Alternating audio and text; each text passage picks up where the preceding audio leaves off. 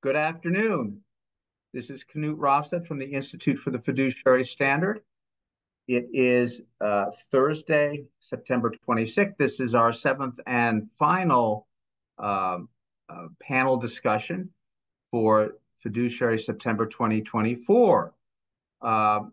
Today we have a different sort of topic to discuss that was actually generated by some comments that I saw from Kevin Thompson on LinkedIn. And so I characterized those comments and thought, well, this discussion is really about fiduciary. What's it all about? And so that's the starting point of our discussion. So Kevin will lead off in a moment and be followed by Chuck Fehler with some comments of his own on fiduciary, and then I will follow that and then begin to moderate a discussion and take questions if any come from those on the call today. So, with that short introduction, Kevin and Chuck, please introduce yourselves. I'll go first with that. I'm Kevin Thompson, founder and CEO of 99 Capital Group. We're a small RIA here in Texas. I have my own podcast, 90 Things Podcast. Subscribe, shameless plug. But again, yeah, I'm here just to have a conversation around the fiduciary rule, why I think it may be a little bit of an overreach, and just to have a firm conversation on those matters and those topics. Thank you. Yeah, and I'm Chuck Fehler, and I'm the founder and CEO of Sovereign Financial Group. We're an SEC registered RIA. We've been in business as an RIA for about 6 years. I'm a breakaway advisor myself. I came out of the broker-dealer space, and in 2019, dropped my 7 in 24 and went full-on RIA. In my part-time, I am the podcast host of Go RIA, fueled by investment news, goria.com. So needless to say, I absolutely love talking about all things wealth management for sure, but specifically the RIA space. And you can't talk RIA without talking fiduciary, which I've done a number of times with Knut. So Knut, I appreciate you having me back for this. Thank you, Chuck. Thank you, Kevin. So Kevin, you are on to start this conversation. Yeah, so the fiduciary standard, what it means, I know it's a badge of honor in our industry. And again, I'm a CFP. I am not against the fiduciary standard. What I'm against is regulation across the entire industry. We've seen how regulation it messes with business. For example, I'm making determinations right now in my business on who I can and cannot work with because of all of the administrative headaches that's caused by the fiduciary standard. Now, we'll get into that here in a second. But again, like I said before, we wear it with the market superiority. What is happening in our current environment is that we have battles between the fiduciary standard and the suitability standard. We have fee only versus commission. People are battling in our industry, and that is not what this should be designed about, because right now we're creating a tribal culture where it's us versus them, much like our politics. And I think that what we need to strive to do is go after the non-registered representatives, the people that are on TikTok, the people that are giving this bad advice to people. Those are the people that are that we need to basically regulate. Here's my question to everybody. If I was a police officer and I'm no longer, well, not to say I was a police officer, if I'm a person, a civilian, can I go around and arrest individuals and impersonate a police officer? No, that's illegal. The same thing, I can't give advice on legal matters, nor can I do anything from a medical perspective. So we need to start using our industry, removing the word industry and treat it as a profession, to where non-industry individuals should no longer have the accessibility to have these conversations with people and take their money. So from a fiduciary standard and a suitability standard, I just don't think that conversation is that relevant, because those aren't the individuals that I'm concerned about. What a lot of us are concerned about are the individuals outside the industry that are causing problems. So that's where I want to start this with. Again, I am not against the fiduciary standard. I'm against the purpose of people wanting to regulate an entire industry with a single standard, especially for the fact that if I ask 9 out of 10 advisors, I'm going to get 9 different answers on what the fiduciary standard actually is. Reason being, if I go to Kentucky, and this is the last thing I'm going to say, if I go to Kentucky and I stop at a red light, I know what that means. It means to stop. If I go to Missouri or Arkansas, I know what that means. It means to stop. But if you ask 9 different advisors what the fiduciary standard is, you're going to get 9 different answers. And until that is the ambiguity is out of that, I think we kind of have to press pause on this situation. Thank you, Kevin. I wish you could be a little bit clearer and more articulate in terms of expressing your views. But anyway, no. Very well said. Very well said. Chuck. Yeah, so I do think Kevin and I probably agree a lot more than we disagree, but I'm not sure exactly where his position is on this. So let me just make my position on this clear.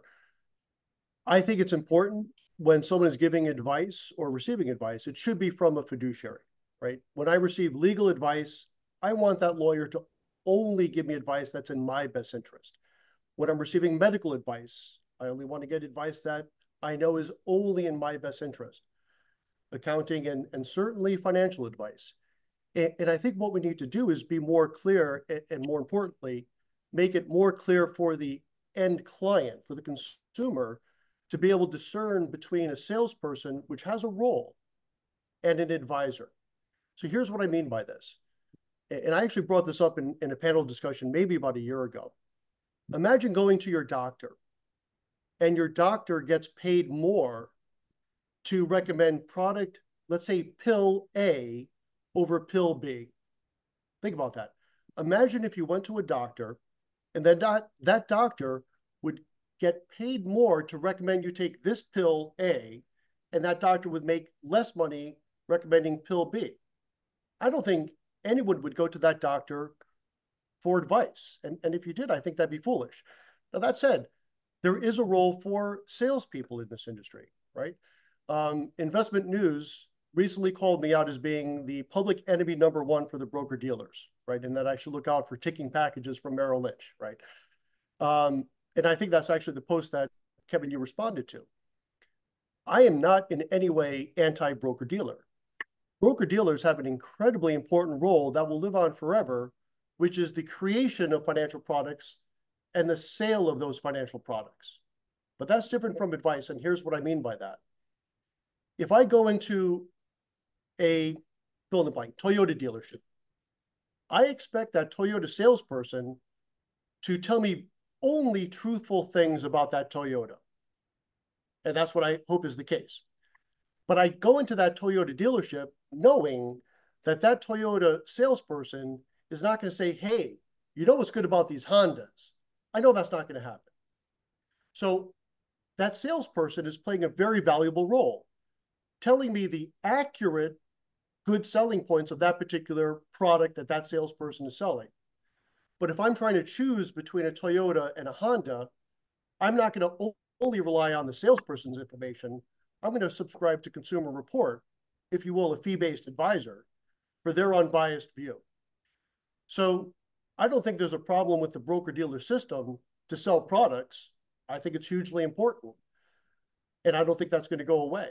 For the do-it-yourselfers, they need broker-dealers. For the sophisticated investors, they need broker-dealers. But for the consumer looking for financial advice, to receive that advice in anything other than a fiduciary package, I don't see how one would argue for that. And I'm not sure if that is what you're arguing for. So to be clear, my full argument is this. Broker-dealers, I'm A-okay with. But let's recognize that they are selling a product. And we are hopeful, and I believe most all of them are truthful when they explain a product to their client. But they're not giving advice the way a fiduciary would. If my compensation can be more, using the doctor again, to sell pill A versus pill B, I'm definitely not going to that doctor. That would make no sense. So advice versus sales, both are important, both are legitimate things to have. Sales, broker-dealer, on a commission, probably the best way to do it. But advice could also be on a commission basis. And I've never said, and is better put, I've always said, and I agree with the CFP board on this, that you could be a fiduciary and receive commissions. What you have to do there is fully disclose, not what your commissions are, fully disclose what your total compensation is. I'm going to receive this dollar per hour, and I'm going to also receive these commissions. I don't feel that's the most efficient way to go, but if the total compensation is fully disclosed, I believe you still could act as a fiduciary. I think it's easier in the fee-based world, but it's doable with commissions with the proper disclosures. And the last thing I'll say on this, there still are some products out there that can't be found sans commission, right? So annuities, and we're not a really big annuity shop, but we have maybe, I'll speak personally for my book of business, maybe 5% guaranteed income benefits. I think there's some value there. I don't know that there's a reason to use commission-based annuities anymore. There's just so many really good non-commission-based options, but things like term insurance, disability insurance, there's no practical way to do that on a fee basis per se. So to receive a fully disclosed in advance commissions on those types of products, I'm fully okay with. So Thank you, if I Chuck. could go Well, ahead. no. It's my turn now, and then we'll come back. Chuck, um, great comments, and I mean great, and yeah, in the sense, I think you're on point. I think I agreed with you until the end, and that is your comment. And let me be very clear regarding commissions, because you made an interesting observation that usually is not made, and that is the requirement. That's my word, not yours. That all the total cost. That's again, those are my language. Mm-hmm. Be transparent to the customer, and that's where we view this differently, because that's where that I contend, because it is impossible for a typical broker dealer. I don't care who the broker dealer is. I don't care how much he or she wants to do the right thing. It is impossible for him or her to actually disclose the full costs and the full implications of, of the recommendation. And this is maybe where we differ in terms of the point, or we differ in view of what can happen. Because I don't think it's possible. I think it's I think it's uh, uh, I don't think it's relevant to talk about being able to make that full disclosure.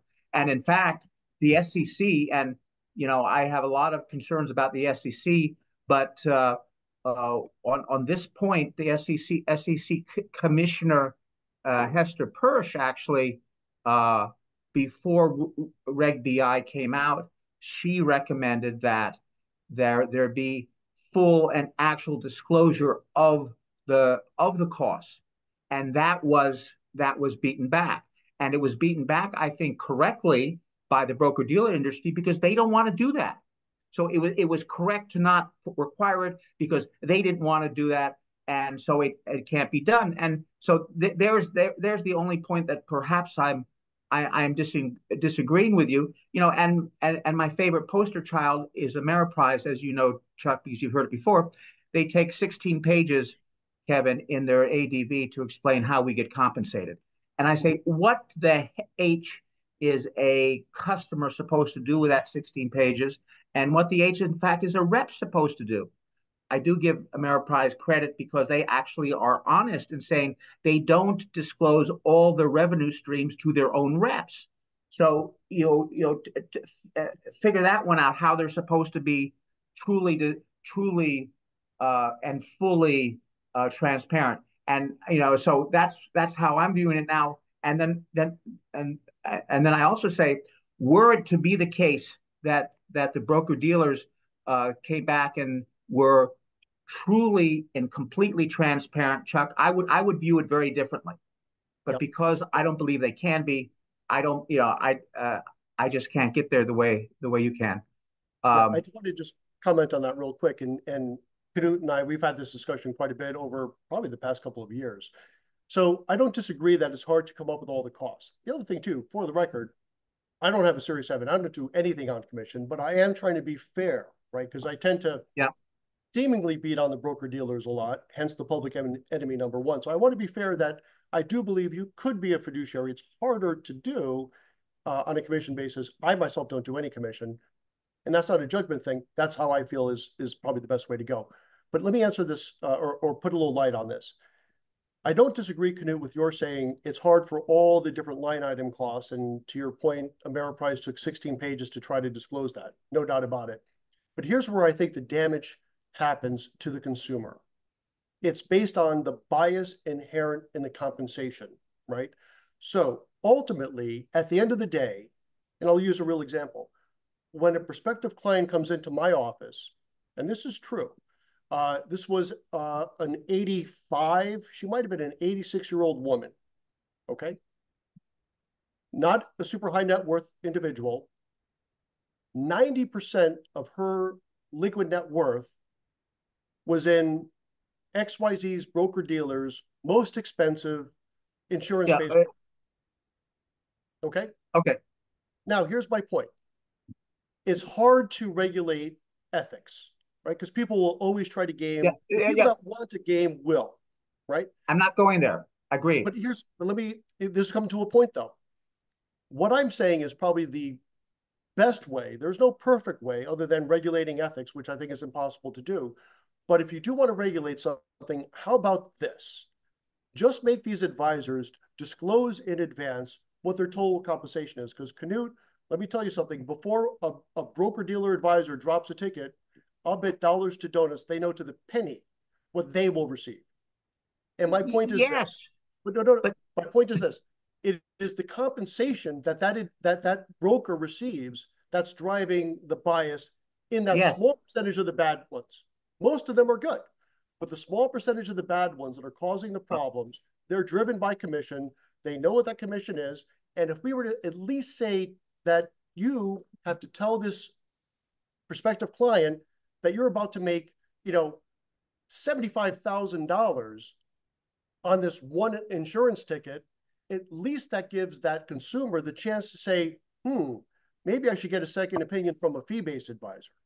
And that's not the perfect, but I think that really helps. From that sort of trajectory.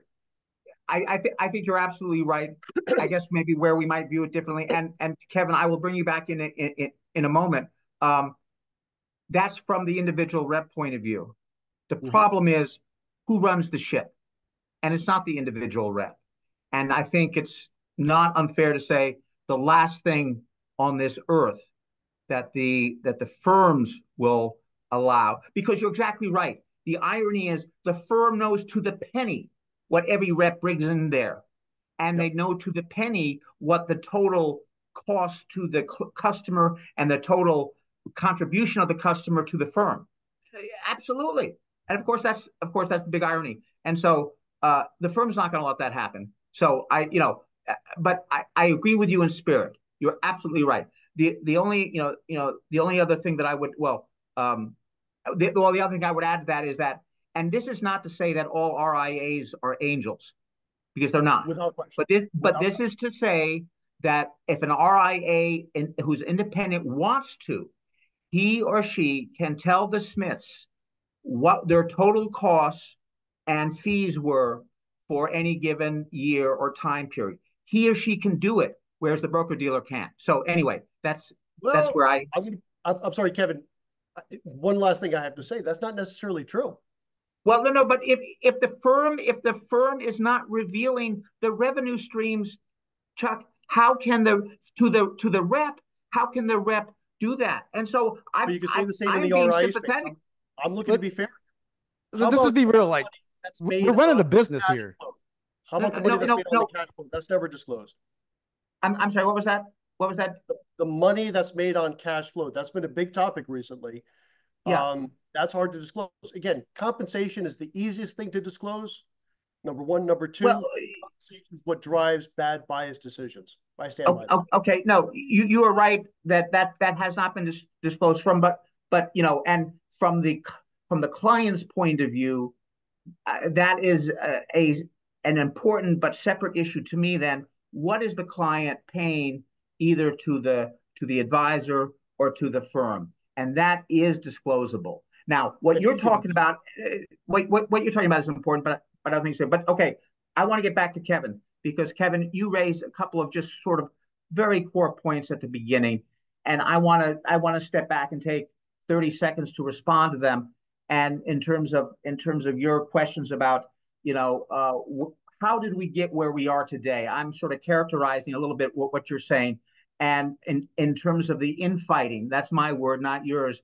Uh, uh, but between the suitability and fiduciary standard, and my first observation is, and Chuck will tell me if he thinks I'm absolutely wrong. But I'll say that as recently as 20 years ago, we didn't have this infighting. And we didn't have this infighting because there was a common understanding by the SEC, even by FINRA, and even by many broker dealers that what? That an investment advisor had a legal duty to do what they have to do as a fiduciary, and the broker dealer did not.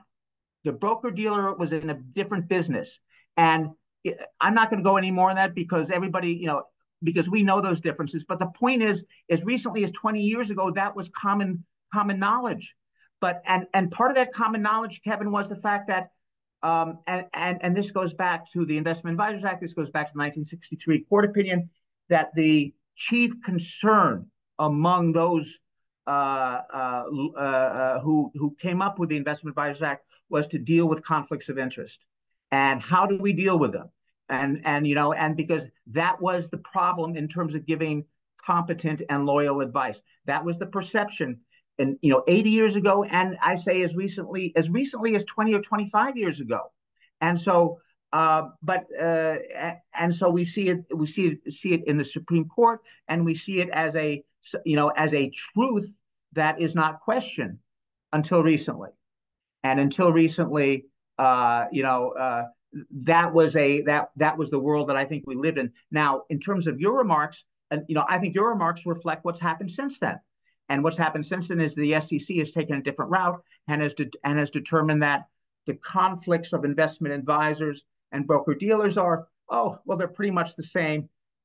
Everyone has a conflict. How many times have we heard that? And so what's the big deal? Those are my words, not the SEC's words, but they have made this transformation in the law without passing a law, frankly, except as reflected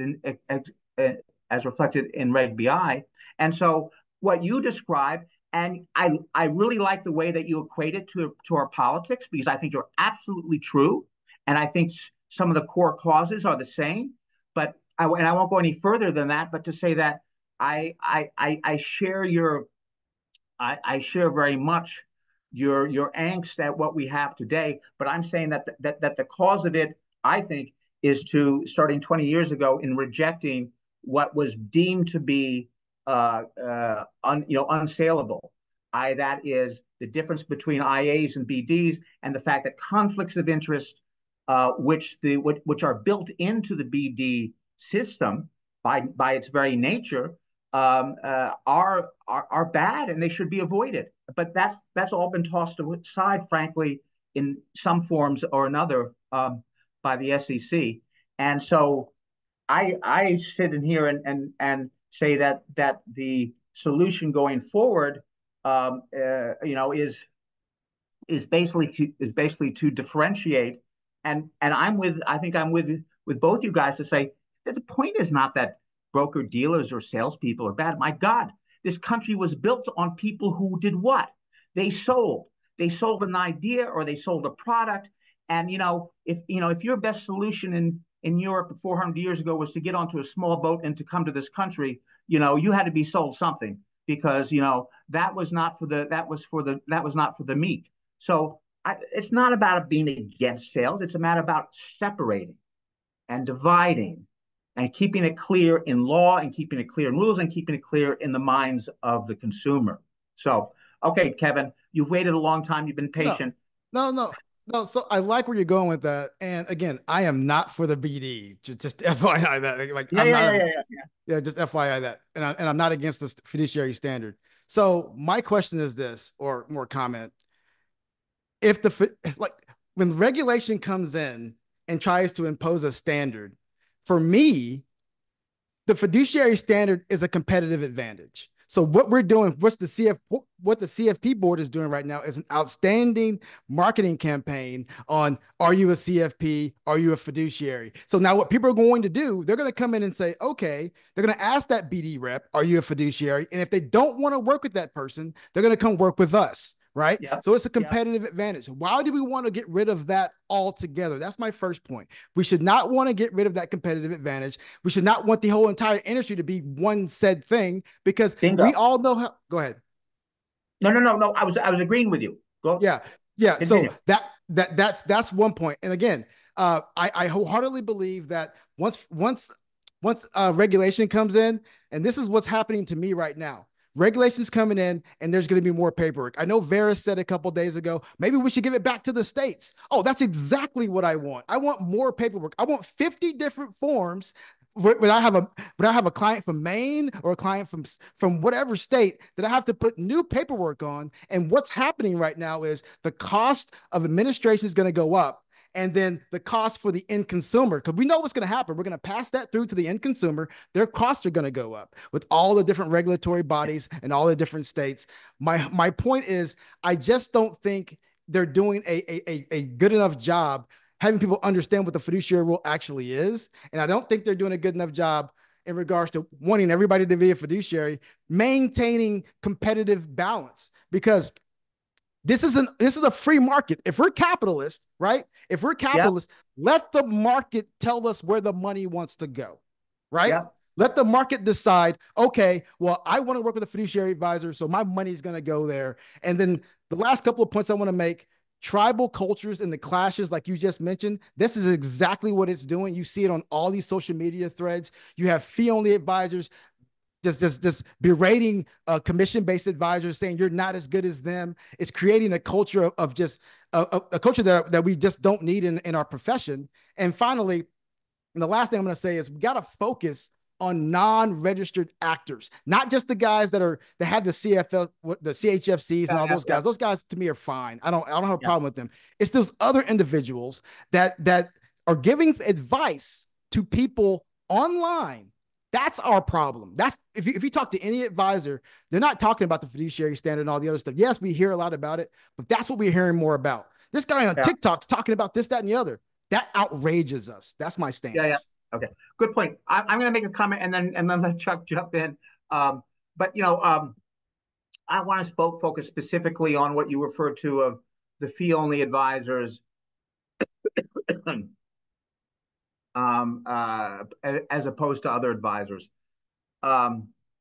Here is part of the reality of the background to where we are today. And if somebody wants to come back and say, well, this is why those who made the Investment Advisors Act got it wrong, and this is why the Supreme Court got it wrong, I'm all ears. But they haven't done that. And what I mean here, quite frankly, is that both the Advisors Act and the Supreme Court were very strongly in consensus that the best compensation, because it was transparent, or I should say, when it's transparent, is a fee. And what is best, according to the Supreme Court, is not to have any other business that can be an incentive to do something that's not in the best interest of the client. Now, I want to say it like this because, I think they got the basics right. I think they got the basics right. Now, and I can say that and say to you, Kevin, I know many brokers who I believe are extremely trustworthy and I think extremely conscientious and extremely competent. And so it's not just a broad-based, point, but from the point of view of the law and the principle, what we think of as the fee-only advisor now, it comes directly from the Advisors Act. It comes directly from the Supreme Court. And if that's wrong, the Supreme Court was 60 years ago. If that's wrong, please, someone stand up and tell me why the Supreme Court got it wrong and why we should not think about it like that. And then I'd be all ears. But and then I'll also say, Kevin, that I think there are those fee only folks who who overstate and exaggerate, and when they say uh, that they have no conflicts of interest. Here's part of the change too. The SEC changed literally changed the meaning of conflicts of interest from the Investment Advisors Act to today, so that those who are fee only would be considered the same as broker dealers, and so I'm of two minds. Perhaps you can say I'm absolutely sympathetic to the fee only folks as having who are truly transparent and truly only get fees as having a better way for clients as a rule of thumb. But that doesn't mean there are not a lot of good brokers out there that are trying very hard to do the right thing. So I'll put there, and then Chuck, if you want to jump in because we've taken time, and then Kevin, back to you. Yeah. So again, I don't get as hung up on how an advisor gets compensated, right? I do think it's easier to work as a, well, let me put it in this order. I think it's impossible to say to get advice that's non-fiduciary makes sense. To get advice, right? Sales doesn't have to be fiduciary, right? Again, look at the Toyota versus the Honda. I just want to have honest things said about whatever product is you're saying, and I'm going to advise myself to I want product A or product B. So I'm not as worried about that. But consumers are still not as dialed in on the difference between fiduciary advice and sales practices. This is not to say sales practices are bad, but sales practices are bad when they're doled out under the guise of advice. That's where it's bad. That's all I'm saying with this. Yeah. But that said, just the last thing I'll say in this, it's just easier. And the reason why I'm a fee only advisor, it's easier just to minimize conflicts. And to Knut's point, you're never going to get rid of all conflicts, right? There's a conflict. I put a fee on your account and do nothing for it. That's a conflict, right? So there's a difference between cost and value too. But I do think it's easier to work on a fiduciary basis with a client on a fee basis than it is commission, as long as the total compensation, whether it's commission, AUM, hourly, flat, whatever it is fully disclosed, and you are clear on what services you're providing for those fees. Then, Kevin, to your point, it becomes free market. But it's not a free market if those fees are opaque. And that's the problem I have.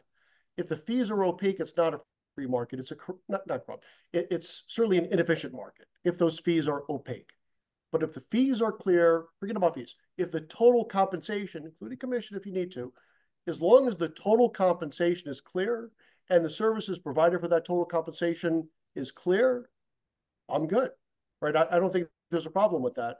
But the small minority that are doing disservice to the public are not being clear about their total compensation. And I think if the public were to be made clear, a lot of these folks that I like to call Pinos, and I think Knut knows, Pino for me stands for planner in name only. In other words, make pretend planners that are just selling very expensive whole life insurance products. That would be minimized because at least the consumer would have a chance to see that whopping big commission and give them pause to perhaps get a second opinion. Kevin. So, Chuck, you mentioned before about the doctor, right? The doctor who's going to sell this pill or not sell this pill. Well, we know about the Hippocratic Oath, and we know that a lot of times, and we've seen it during the opioid epidemic, that hasn't happened, right? The industries in itself, it was corrupted because of compensation and because of money. People. Yeah, exactly. So you can't legislate that. We get that. I guess what I'm trying to say is, like, I think that people need to stop worrying about how other people run their businesses and how they make compensation, and just truly go to the crux of things. Like for me, like it goes back to the core. I don't want more legislation in my business because what it's doing, it's disallowing certain segments of the population to have access to qualified advice. What I mean by that is that now, for example, if we have more legislation coming to the field, if it doesn't stop at the fiduciary standard, it keeps coming and coming and coming. What's going to happen? Now, I spend 10, 15 minutes, and I'm a small RIA, right? I'm 40 million right now. I've been in business for over a year and some change because I moved from a BD, a broker dealer, insurance BD.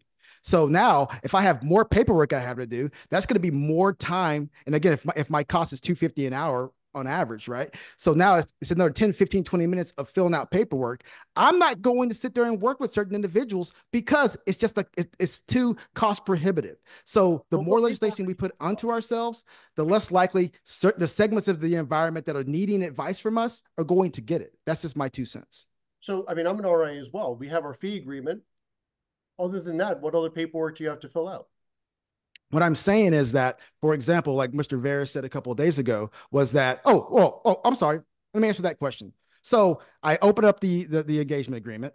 I send out the account opening forms. If it's a rollover IRA, I do PT 2020-02, right? I got to fill that out. I got to send out all my ADVs. On top of that, I got to dot my I's, cross my T's on all the notes that I just took for this particular client. Every time they reach out to me, I have to dot my I's, cross my T's on information going into a system. It just becomes more times where I'm just trying to cover CYA versus me being in front of the client.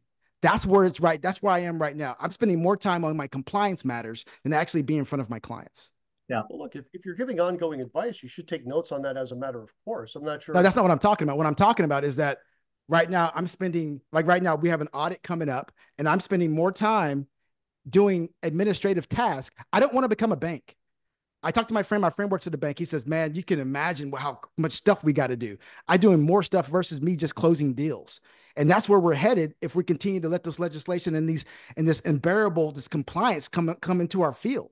I'm not saying it's wrong. I'm just saying there's got to be a happy medium in regards to me being able to do business and to be in front of, be more client facing. Now, granted, I'm not a big RIA, so I don't have an assistant that's going to do all that for me at this time. But at this point in time, it could become cost prohibitive. And what's going to happen is if you make the fiduciary standard across all boards, and again, I'm not for the BDs, I'm not for insurance carriers. I don't like them. I'll tell you that right now.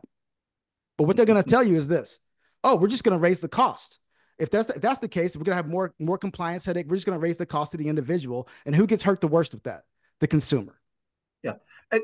Let me am I understanding you correctly, Kevin? Are you suggesting that you don't think that BDs and RIA should be treated the same way? Are you suggesting that the BD should not be considered to be fiduciaries? I mean, I mean, I don't want to put words in your mouth. I just want to. I thought I heard you say that before, but I want to make sure.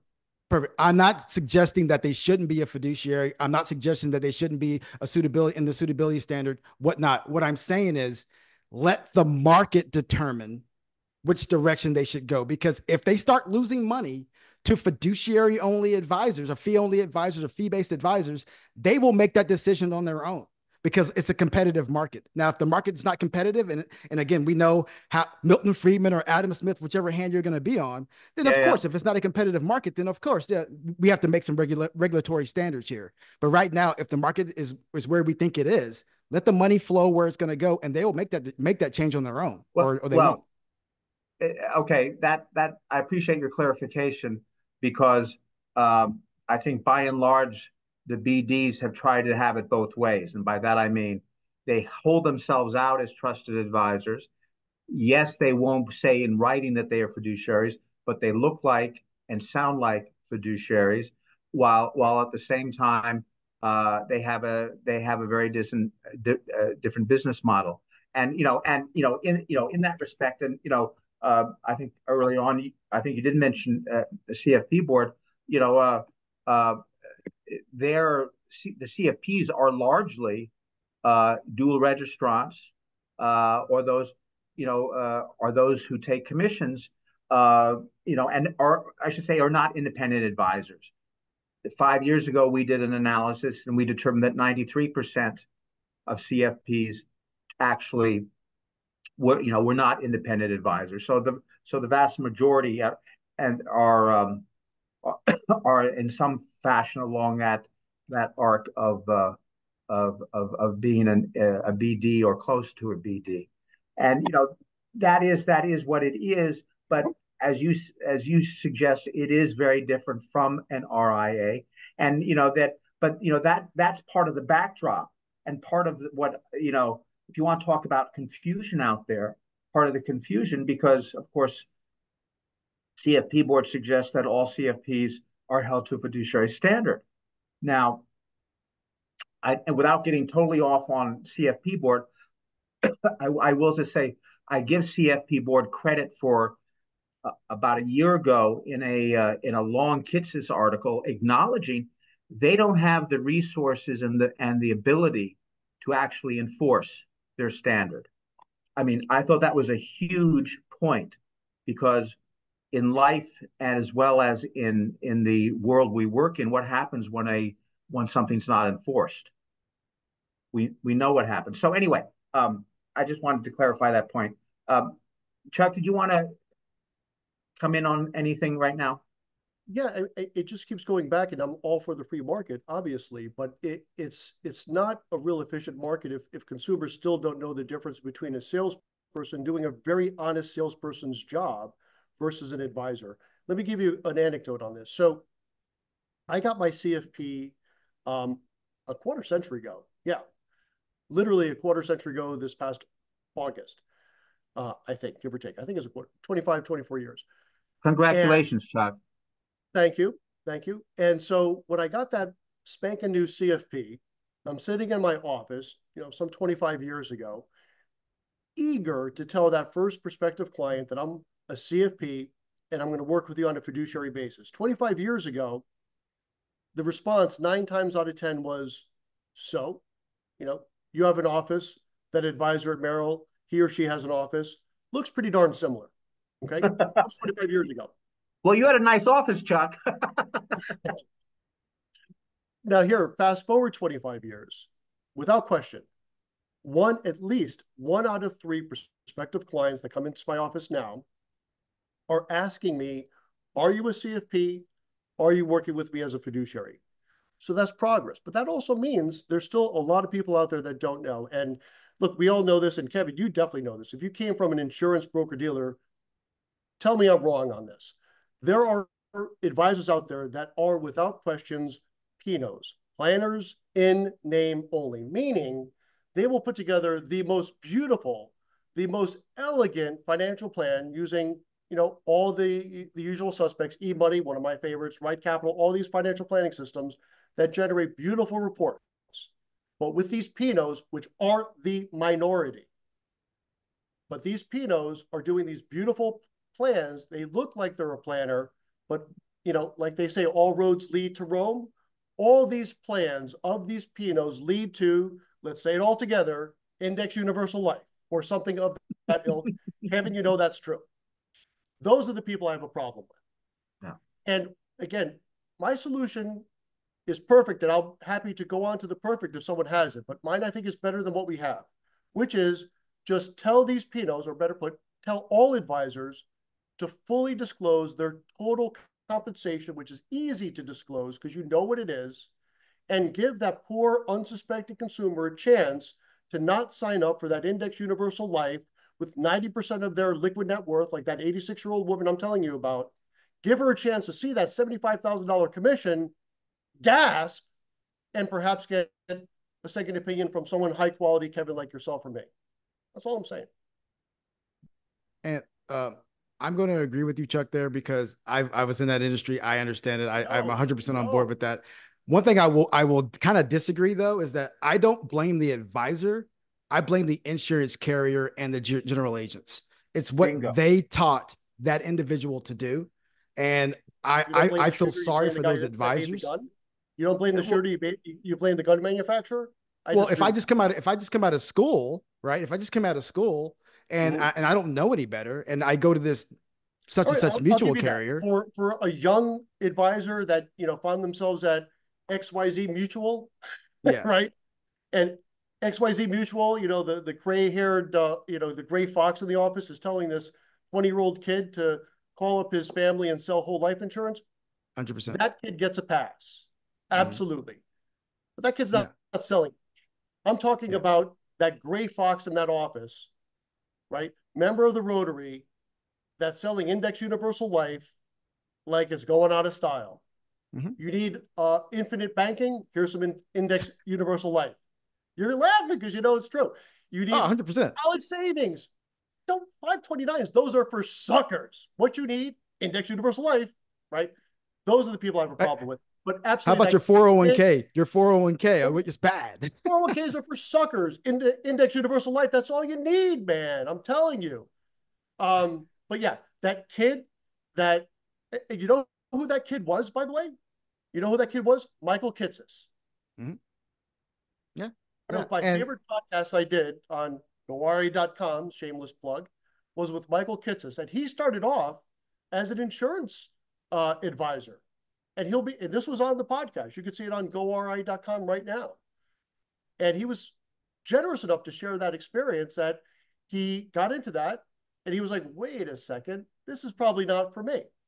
So that kid, whether it's Michael Kitces or someone else, gets a pass. But once that kid knows what's what, they should move on.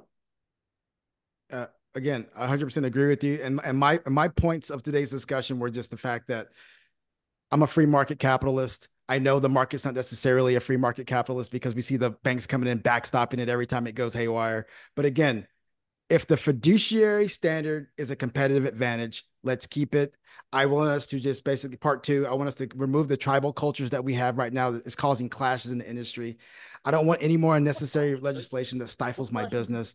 I want to focus on non-registered actors in the industry. And I'm not against the method. I'm not against the standard. I'm just against how it's being implemented.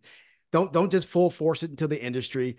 I'm not a big BD guy. I'm not an insurance guy. I just want to make sure that if it's going to come out, make sure it properly comes out and it doesn't necessarily disrupt normal business operations. That's just it for me. But here's what I'll say. I am a BD guy. BDs have a real purpose. Yeah. Product sales have a real purpose. I have nothing against the BDs. I have a problem with BDs pretending to be advisors. Period. Full stop. See, and that point right there, Kevin, is where I say the same thing. You know, I am a long-term believer in the market, you know, just going back in all sorts of other contexts. But there's sometimes the marketplace in and of itself doesn't work. And, you know, this is not like going into a hardware store and listening to somebody that you've known who's been working there for 20 years describe the attributes, characteristics, and price of a certain washing machine. You know, that's not what it is. Yeah, and you know, and part of the, you know, I think part of the challenge is we all have salespeople who we do trust. We trust, you know, just in our very guts because they've served us well.